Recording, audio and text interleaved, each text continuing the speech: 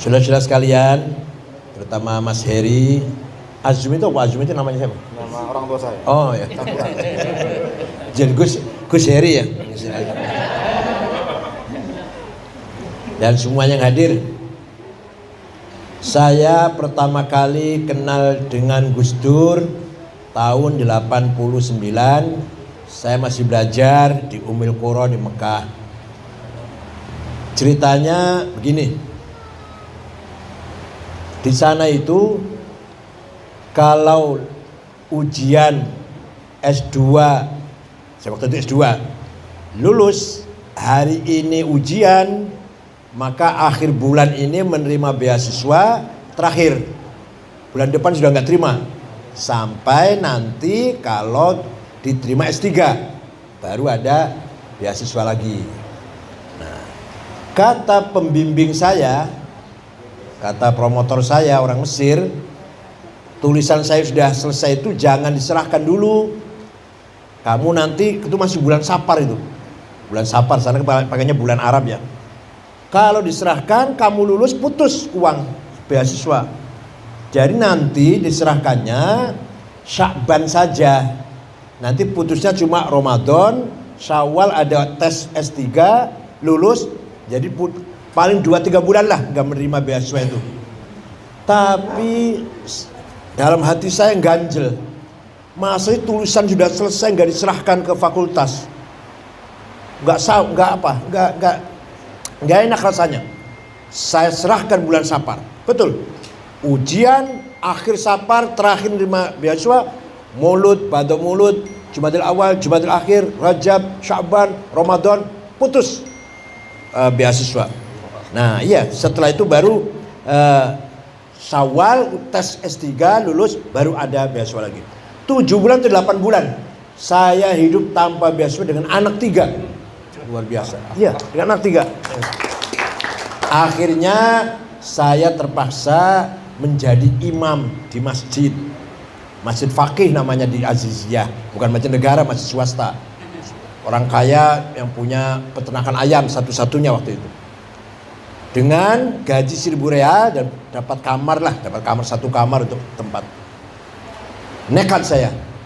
Jadi imam tuh berat loh. Di sana harus hadir kecuali ada halangan yang tertentu.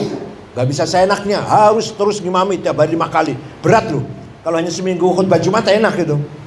Setiap hari ngimami 5 kali itu berat. Kecuali ada udzur baru saya wakilkan, saya cari teman untuk mewakilkan, ada urusan apa. Walhasil saya jadi imam masjid tidak lillahi ta'ala, karena ingin menyambung hidup, menunggu sampai lulus apa tidak S3 itu. Nah, tapi Tuhan yang ngatur, kehendak Tuhan yang ngatur. Dengan adanya saya jadi imam, saya terkenal. Kalau hanya mahasiswa saja belum terkenal. Jadi imam saya terkenal di kalangan TKI. Ada TKI yang rajin sholat di belakang saya, namanya Abdul Hamid dari Kuningan, masih saudara dengan Haji Sulaiman yang sahabatnya Gus Dur. Haji Sulaiman itu pas tahun itu pergi haji, Haji Sulaiman ketemu dengan Abdul Hamid yang TKI ini. Ada mahasiswa S3 imam masjid, S2 lulus S2 imam masjid, pinter gitu, itu lah. Ayo sholat sana, mampir ke ruang saya, ngobrol, pulang lapor ke Gus Dur. Ada anak namanya Said Agil gini. Nah, Gus Dur umroh mampir ke saya. Jadi seandainya saya tidak jadi imam, belum tentu secepat itu kenal dengan Gus Dur. Ketika umroh itu dengan rombongan Kiai Nur Muhammad, banyak rombongannya. Gus Dur nggak mau tinggal di hotel, di rumah saya. Ya hari sehari cuma 24 jam itu ngobrol lah, 24 jam itu. Iya, ilmu ya apalah semua diobrolkan. Saya baru tahu kedalaman ilmunya Gus Dur dan kedalaman cara berpikirnya Gus Dur. Kemudian haji dengan Pak Harto, dengan Pak Yusuf Hasim, dengan Ketua Muhammadiyah, tidak mau tinggal di hotel yang dengan Pak Harto, misah dengan saya di rumah saya waktu itu. Walhasil bertanya dengan saya lah kira-kira itu. Mulailah beliau sebelum saya pulang sudah ngomong di di Muktamar Krapyak dan dikutip oleh majalah Umat, waktu aja majalah Umat, kalau NU mau maju, cara berpikir tasawuf harus dirubah. Ini ada anak yang lagi S3 nulis tasawuf, nanti kalau pulang akan merubah cara berpikir mainstream, Pak. Jadi saya belum pulang, nama saya udah dikenal di PBNU. Pak Bagja udah kenal, Mustafa Zuhad udah dengar nama saya, kira walhasil gitu ceritanya lah. Kemudian saya lulus 94 S3 cum laude, saya pulang diterima Gus Dur di ada tanah, kalau rumah bangun sendiri, tapi tanah pesantren di sebelahnya Gus Dur sana.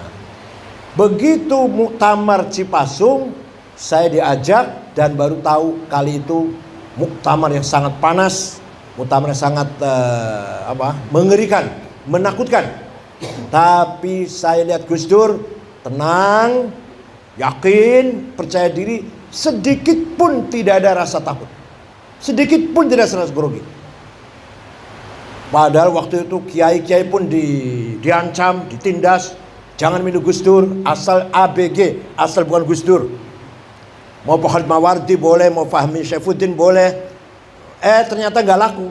Yang agak laku Abu Hasan karena ada uangnya. Jadi peserta muktamar itu ada kalanya kiai atau pengurus NU yang sudah dibawahi rasa takut atau sudah dihimbau dengan uang, atau malah yang paling konyol, peserta muktamar bukan pengurus NU. Yang dari luar Jawa itu kebanyakan. Waktu itu ada namanya Sospol pakai baju koko, pakai sarung kalungan sorban, kopiah hitam. Itu baru bukan pengurus NU, bukan itu. Tapi alhamdulillah muktamar Cipasung malah membesarkan Gus Dur yang luar biasa. Ditindas, ditekan, diancam, semakin Gus Dur itu besar. Dan situlah mulai Gus Dur menjadi sentral. Ya, semua yang non muslim, yang sekuler, yang kejawen, yang abangan, semua datang ke Ciganjur waktu itu. De facto pemerintah ada di Ciganjur waktu itu. Bukan di istana. Iya, Pak. Setiap hari tamu luar biasa, wartawan waktu itu masih aneh kan? Wartawan masih setiap hari kamera tuh di depan Masjid Gus Dur. Tamu itu siapa? Yang paling heran lagi ketika ada siapa? Dari Bank Dunia, bukan dari apa? Yang memberi utang pinjaman pada Pak Harto dulu. IMF, Habernis namanya. Itu waktu Pak Harto tanda tangan dia meteng-teng. Tapi datang Gus Dur di rumah Ciganjur, sepatunya dilepas, salamannya bungkuk.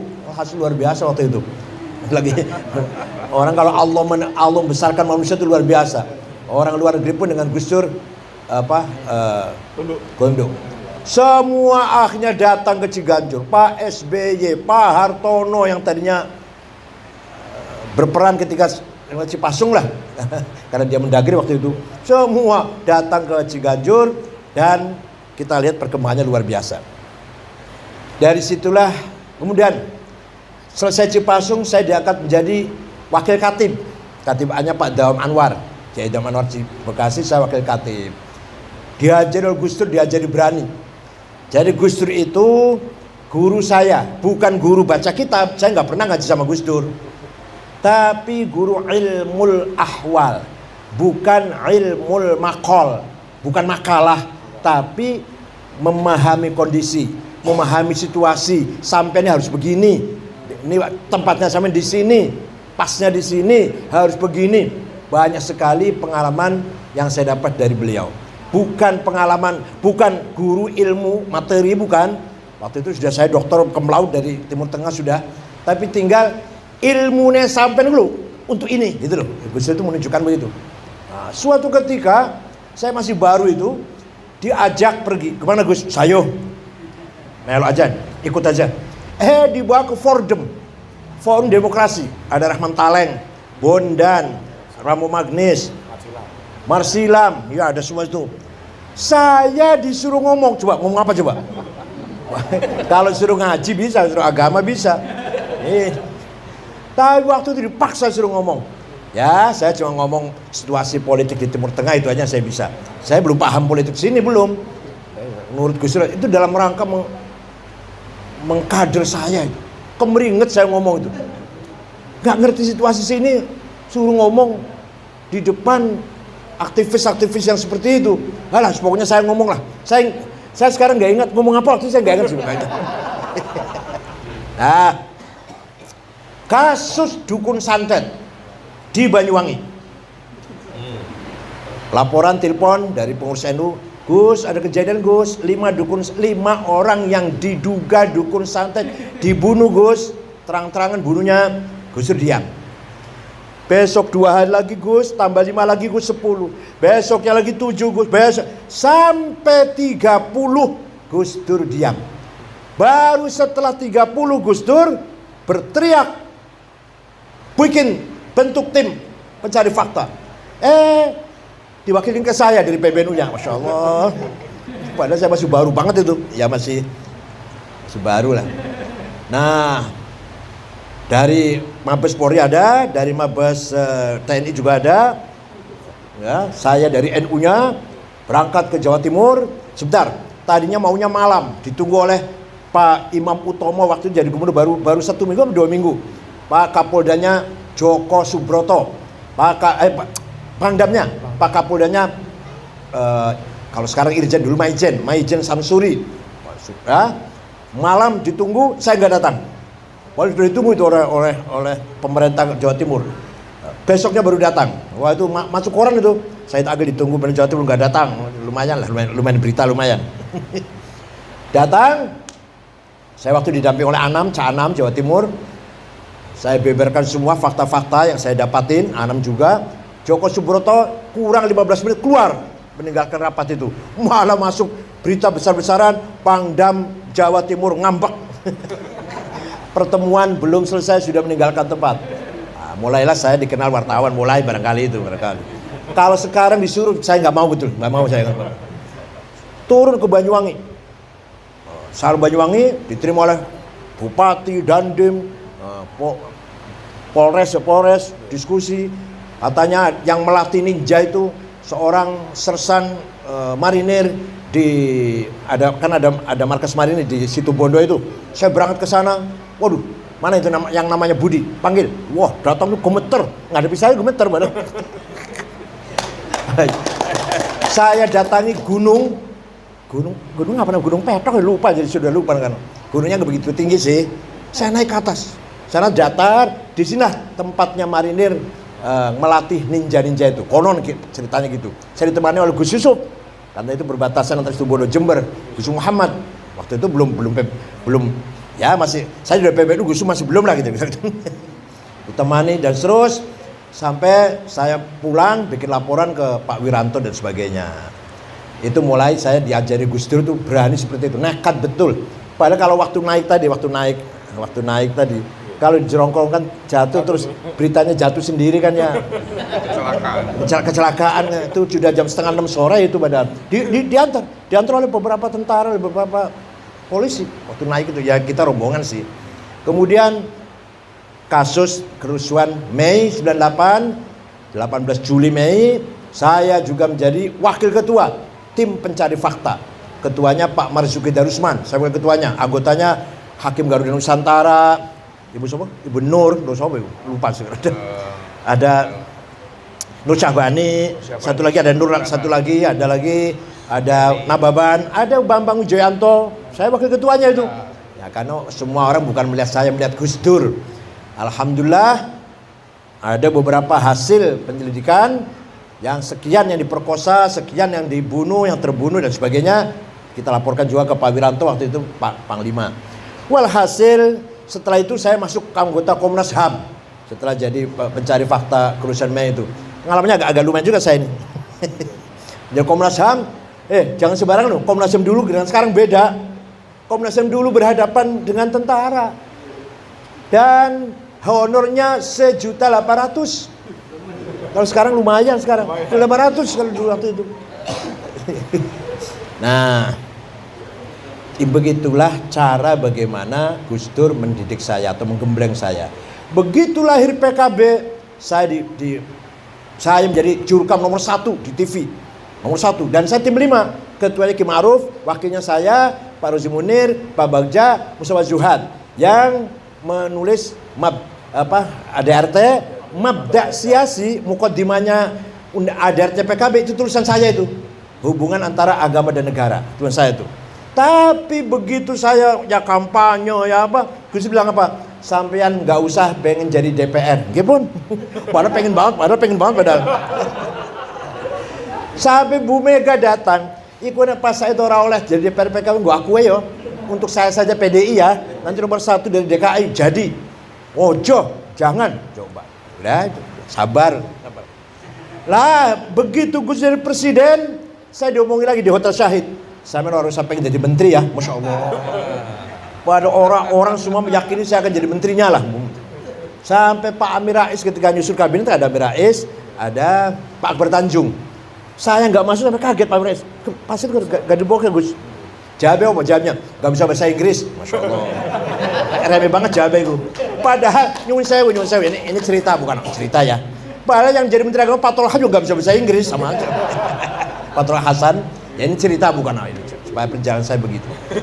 Begitu mau di Muktamar NU di Lubuk saya maju, yang tadinya Gus Dur itu mendukung, kurang 6 bulan Gus Dur nggak dukung. Dukungnya Pak Hashim Muzadi. Gak apa-apa, itu saya terima, itu supaya saya mateng betul itu. Saya tetap maju. Ya kalah. Didukung presiden Pak Hashim. Masa pasti menang, tapi walaupun begitu terpautnya hanya 35. Terpautnya 35 dengan Pak Hashim. Dengan segala Gus Dur perintahkan kepada semua kirim fax dari Italia. Waktu itu buka muktamar pergi Italia. Ada fax datang masuk ke Kiai Idris. Jangan, harus Hashim Muzadi yang jadi. Nah, Kiai rapat, ya kumpul. Kiai Abdul Abbas, Kiai Fuad Hashim di rumahnya. Gimana ini? Ya ini kena presiden harus kita. Ya udah, walhasil gitulah. Walhasil saya dicegah jangan sampai jadi ketua umum. Karena apa? Belum mateng. Udah titik. Saya tahu masalahnya. Belum mateng. Pak Hashim Muzadi lebih mateng dalam organisasi, dalam manajemen, dalam itu ceritanya. Nah, kalau kelebihan Gus Dur sangat banyak sekali. Seorang ulama yang betul-betul menguasai ilmu agama ya Gus Dur. Terutama sekali sejarah, peradaban, filsafat, dan seterusnya. Bukan hanya sejarah Islam, sejarah dunia. Bukan hanya sejarah dunia, sejarah Cina, sejarah mana aja dia tahu. Namanya orang terkenal, ulama, filosof, raja, penguasa, orang kaya, artis, terus olahragawan atlet. Nah, apal namanya. Sedunia lu ya, sedunia. Bukan se-Indonesia bukan. Namanya pemain sepak bola Spanyol siapa-siapa, pemain sepak bola Prancis siapa-siapa, pemain sepak bola Brazil siapa-siapa, apal itu. Artis siapa-siapa, artis terkenal ya. Orang kaya siapa-siapa di dunia ini, orang pinter siapa-siapa di dunia ini. Terus saya baru kagum dengan Gus Dur itu. Nggak punya buku agenda harian, nggak punya. Memori itu nggak punya. Tanggal sekian ke sini, tanggal sekian ke sini, tanggal sekian ke sini. Suatu ketika, saya habis ngimami sholat di Masjid Gus Dur, duduk di kursi depan. Datanglah Pak Mundir apa? Depan itu ke Mundir Suparta. Gus Dur, wonten.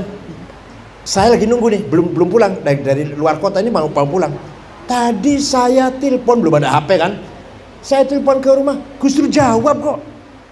Gus Dur jawab, saya telepon. Gus, saya mau sowan apa? Mau undang acara tanggal sekian. Waduh, maaf nggak bisa. Itu haulnya Kiai Ali Maksum. Yakin Gus Dur suaranya itu bukan pembantu, bukan siapa-siapa.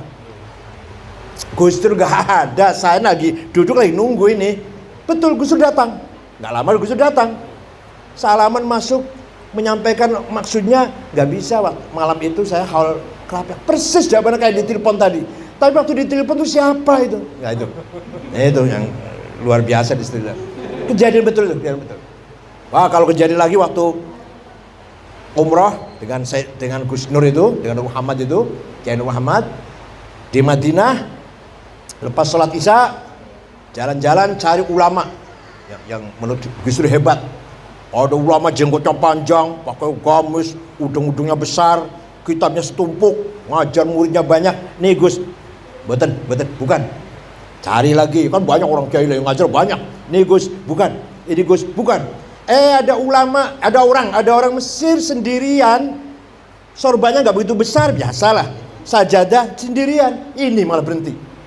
Terus saya suruh ngomong, walaupun Gus Dur juga bisa ngomong Arab bisa, tapi saya suruh ngomong, Assalamualaikum, ini ketua Jamiah Islam di Indonesia yang paling besar untuk ulama, namanya Abdul Wahid, mau minta doa. Doa apa? Doa apa Gus? Doa apa Gus? Ya minta selamat dunia akhirat. Didoain ya 5 menit lah. Agak panjang doanya, agak panjang sih. Setelah itu dia lari, ini beliau nih pergi, sajadahnya diseret malah. Sambil ngomong gini bahasa Arab, Ya Rob, ma dzambi hatta tu'arrifani iya. Dosaku apa? Kok sampai engkau membuka rahasiaku pada orang ini nih? Jadi wali sedang sembunyi ketahuan Gus Dur. Orang lain gak akan tahu dia wali, Gus Dur tahu. Sampai dia merasa punya dosa apa? Saya lagi sembunyi kok, lagi nyamar ketahuan. Padahal intel ketahuan lah, kamu intel ya. Terus mencari kuburannya Imam Ali Uraidi bin Ja'far Shadiq. Waktu sudah di tengah-tengah kebun korma dan sudah di pagar kelilingnya udah dihancurkan lah, karena di sana nggak boleh ziarah kubur kan. Ya ada saja orang ziarah sih. Gus Dur mau baca Fatihah 1000 kali, saya Haji Sulaiman dan beliau. Baru 35-an atau 40 lah, polisi datang, ngusir. Apa Gus Dur apa? Anta adullah, kamu musuh Allah. Nggak apa-apa tuh. Baru biasa orang Saudi kalau gitu kan marah kan. Nggak dibiarkan tuh. Walhasil gagal baca Fatihah 1000 kali. Itu pengalaman saya dengan beliau. Pengalaman ziarah ke Sunan Ampel. Ya hubungan saya, Haji Sulaiman, Haji Masnu, Gus Mu'ad, Gus Thohir, Gus Lukman. Ya. Terus jam 12 malam baru masuk ziarah ke Sunan Ampel. Kita ini disuruh baca la ilallah keras. La ilaha illallah, la ilaha. Gusnya diem aja. Enak banget ya. 1 jam. La ilaha illallah. Kendor nggak boleh. La ilaha. Juru kuncinya namanya Kiai Nawawi. Nggak boleh kita berhenti dan nggak boleh kita kendor. Terus. La ilaha illallah keras. Gusnya diem aja. Ternyata ketika diam itu lagi mukhatabah, lagi dialog dengan Sunan Ampel. Isinya antara lain, jangan takut, jangan khawatir, kamu pasti dilindungi oleh Allah. Ini jauh sebelum jadi presiden belum. Kemudian buka puasa, ini ceritanya nggak urut ya, nggak apa-apa ya. Buka puasa di rumahnya Pak Rozi Muni di Puncak. Saya satu mobil dengan Mas Saiful, dengan Muhaimin. Waktu itu masih kaya saya dengan Mas Saiful, dengan Mas Saiful masih kaya saya. Saya mobilnya Kijang Perkasa, baru masih. Mas Imin masih halal, Mas Saiful masih mobilnya apa? Katana. Kalau Mas Imin Holden yang kuno banget lah, masih kaya saya lah. Nah berangkat di sana Pak Mustafa Zuhad, Rozimun, Pak Bang, ada malah fotonya ada di sini, ada. Dah kita buka pakai ikan karena ada kolamnya. Terus sholat taraweh, ada Pak Matodi juga. Gus Dur baru datang dengan Haji Sulaiman. Rupanya bukanya sate di tengah jalan. Setelah sholat taraweh buka duren. Nah, kita makan duren. Gus Dur makan banyak. Oleh Mbak Ya ini ditegur, Pak, orang popo, nggak apa-apa. Pulang dari sana jam 2 muntah-muntah di rumah. Besoknya masih menghadiri buka bersama undangan media Indonesia, koran media Indonesia. Gus Dur datang. Besoknya itu baru dalam keadaan kurang sehat lah. Pulang dari media Indonesia ke PBNU sudah nggak bisa turun dari mobil.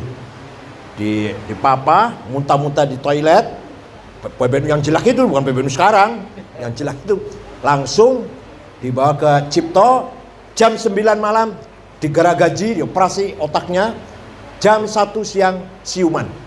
Langsung itu cepat sekali itu. Begitu siuman, mendengar suaranya anak-anak di luar kamar. Apa pertama kali yang diucapkan Gus Dur? Bocah-bocah, way sego. Beliau lupa bahwa itu bulan puasa. Tapi ingatnya ini anak-anak dikasih makan. Ini anak-anak kasih makan. Coba, pertama kali ingat itu, pertama kali ucap. Ku bocah-bocah way sego itu. Kalau bukan Gus Dur sudah bablas itu dioperasi. Dah. Ringkas cerita, pulang ke rumah masih dalam keadaan pemulihan. Di kamar saya, Caimin, Saifullah Yusuf, Cakrawardaya, mantan Menteri Koperasi, Wisnu sekarang Ketua Golkar Jawa Tengah sekarang, waktu itu belum, masih pengusaha. Gus Dur tidur, kalau pelan-pelan kita ngomong tiduran, tiba-tiba duduk, mengko aku jadi presiden. Kita ini kaget orang lima ini Gus Dur konslet ini.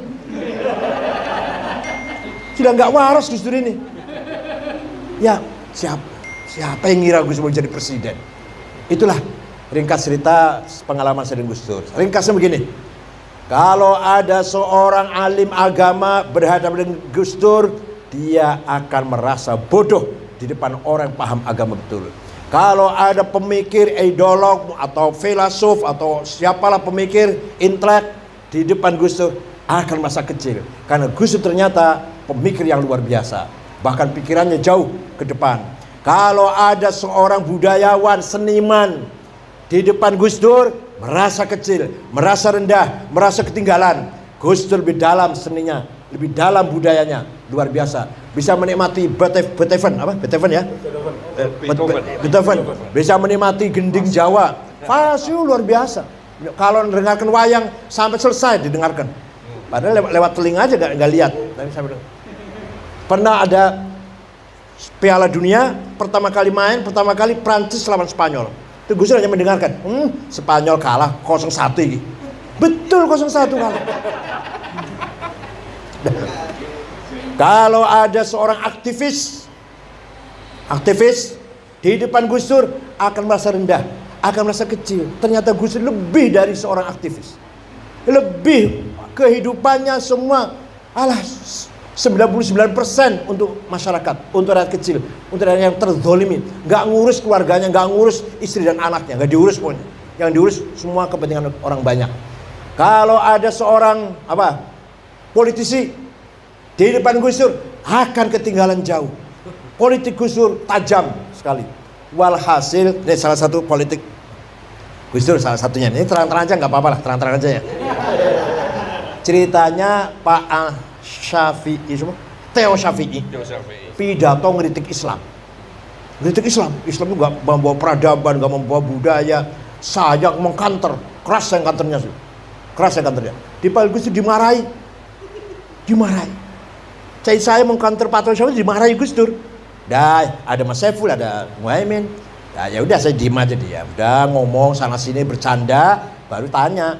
Kenapa sih Gus? Saya dimarahi, saya dianggap salah mengkanter belain Islam dianggap salah. Apa jawabnya? Yang jawab jangan sampean, biar orang lain. Mengkona seru sampean penengah. Waduh, ya Allah tuh luar biasa. Sing mengkanter, sing marah, yang marah lah kata, yang marah Islam dihina itu ojo sampean, biar orang lainnya. Kalau Islam dihina yang marah biar orang lain. Engkau nek seru sampean datang jadi penengah. Masya Allah, luar biasa itu pelajaran sangat berharga bagi saya. Paham tidak? Jadi kalau ada orang menghina Islam, tenang aja, tenang. Biar yang lain yang marah. Nah kita penengah nantinya. Itu strategi Gus Dur. Itu yang saya, masya Allah, saya terkesan sekali itu. Marah betul. Saya orang ngerti, gak usah ngomong. Oh, belok-belok ngomong belain Islam. Saya diem aja. Waktu itu Theo Syafi'i ngomong Islam gak bawa peradaban, Islam gak membawa budaya, Islam radikal itu, Islam dianggap salah merata radikal, di generalisir gitu. Saya jawab, masuk TV, di berita, masuk TV. Saya karena wartawan ya. Belum ada medsos waktu itu kan. Gus Dur marah betul. Sudah selesai, tinggal sudah dingin, sudah guyon-guyon, baru tanya tadi. Ya Allah. Sudah. Walhasil beberapa pengalaman, kesimpulannya bahwa Gus Dur itu di luar ukuran manusia biasa. Bukan hanya IQ kecerdasan, tapi mata hatinya. The deeper heart namanya ya. Itu nurani yang ada di lubuk hati. Intuisi, kekuatan hati, intuition. Itu namanya dalam bahasa Arab menerima khawatir ilahiyah, illumination, menerima illumination, direct illumination dari Allah, pencerahan dari Allah. Nah itu khusus selalu dibimbing oleh Allah langsung, bukan nabi, bukan wahyu, bukan. Tapi itu adalah boleh kasyaf, boleh ilham, boleh ilmu laduni, asal jangan bilang wahyu. Gus Dur boleh wali, boleh Imam Mahdi, tapi jangan kita anggap nabi, nggak boleh. Tapi itulah kecerdasan, kehebatan Gus Dur luar biasa. Tawakalnya, waduh tawakalnya. Itu Khairul supir itu kalau nyupir ngebut gitu. Nah saya kalau ikut dengan Gus Dur mobilnya Khairul yang nyupir, awas. Gus Dur enggak tuh, tenang aja. Padahal kalau nyupir ngawur Khairul itu, Khairul Waton namanya tuh, supirnya.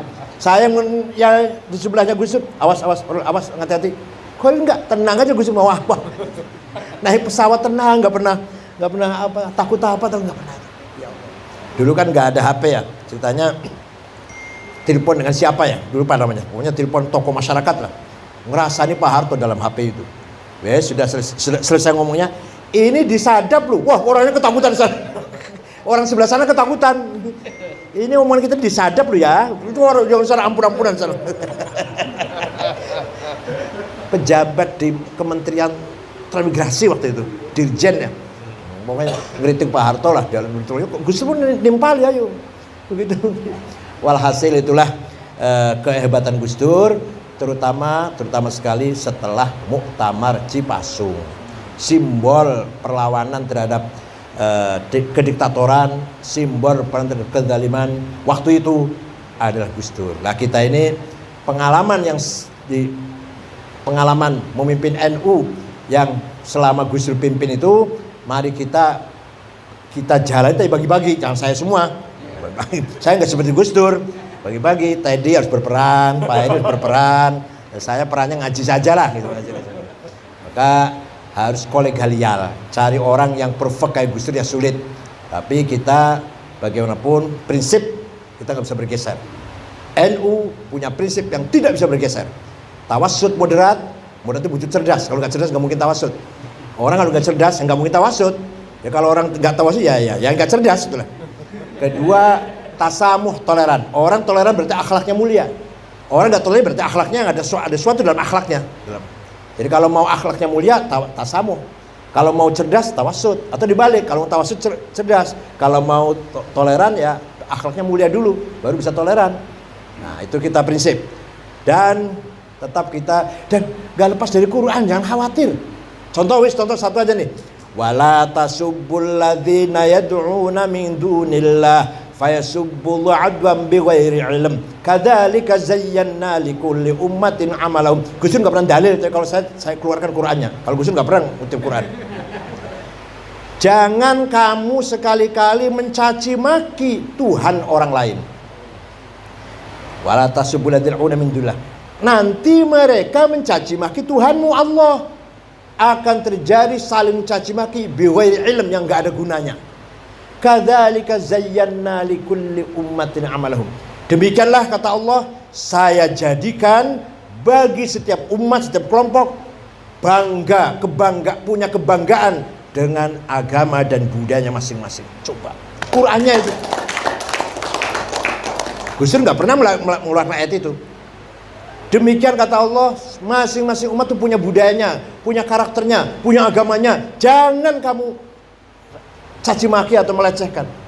Bahkan harus kita saling menghormati. Itu salah satu ayat yang paling penting, prinsip Nahdlatul Ulama seperti itu. Oleh karena itu, apapun kondisi situasinya, bagaimanapun, ayo kita bersama-sama menjaga, merawat, menyelamatkan dan memperkuat Nahdlatul Ulama sebagai kekuatan civil society yang sudah bukti nyata peranannya dalam membangun bangsa yang dua ya, bangsa yang beragama dengan benar dan bangsa yang bernegara dengan benar. Gus Dur mewarisi kearifannya ayahandanya Wahid Hasyim. Wahid Hasyim begini ceritanya. Wahid Hasyim ketika kan beliau anggota BPUPKI, tanggal 18 Agustus 45 rapat ketuhanan yang Maha Esa dengan berkewajiban menjalankan syariat Islam bagi para pemeluknya. Nah ini tambahan ini 7 kata orang-orang non muslim terutama dari Indonesia Timur nggak setuju. Karena nanti jadi negara Islam kalau ada syariat-syariat begini. Nggak setuju. Kalau dipaksa saya keluar dari NKRI. Kira-kira begitu bahasanya. Kiai Wahid Hasyim pulang ke Tebuireng karena belum ada WA kan. Menghadap ayahandanya Kiai Hasyim Asy'ari gini. Kiai Hasyim Asy'ari jawabnya, ya nanti malam saya sholat dulu minta petunjuk pada Allah. Besok pagi Wahid, saya setuju Piagam Jakarta 7 kata itu dicoret, saya setuju. Yang penting negara kuat dulu. Kalau udah kuat, ayo kita membangun peradaban Islam di atas negara yang kuat. Negara bersatu kuat, ayo kita bangun masjid, madrasah, pesantren, tabligh, ceramah, Islam, ngaji di atas negara yang kuat. Nah kalau belum negara yang sudah bertengkar masalah syariat Islam, negaranya belum kuat, syariatnya nggak akan jalan. Contohnya betul Afghanistan. Soviet lari, langsung bicara negara Islam, ini negara Islam, syariat Islam. Sampai sekarang 40 tahun perang saudara, syariat Islamnya nggak terbukti, negaranya carut marut nggak karu-karuan. Padahal cuma 7 suku, padahal cuma sukunya. Walhasil itulah kearifan Kiai Hasyim Asy'ari yang diwarisi oleh Wahid Hasyim. Kiai Wahid Hasyim itu mewariskan kearifannya kepada putranya Gus Dur atau Kiai Abdul Wahid. Mari kita semua mengenang jasa beliau, menghormati al-maghfur wal marhum, al-maghfurlah wal marhum Kiai Abdul Wahid. Askanahu fi jannatih, taghammadahu fi rahmatih, taqabbal hasanatih wa tajawaz an sayyiatih. Syukran wa dumtum fil khairil barakati wan najah. Wallahu fi aqwamit thariq. Wassalamualaikum warahmatullahi wabarakatuh.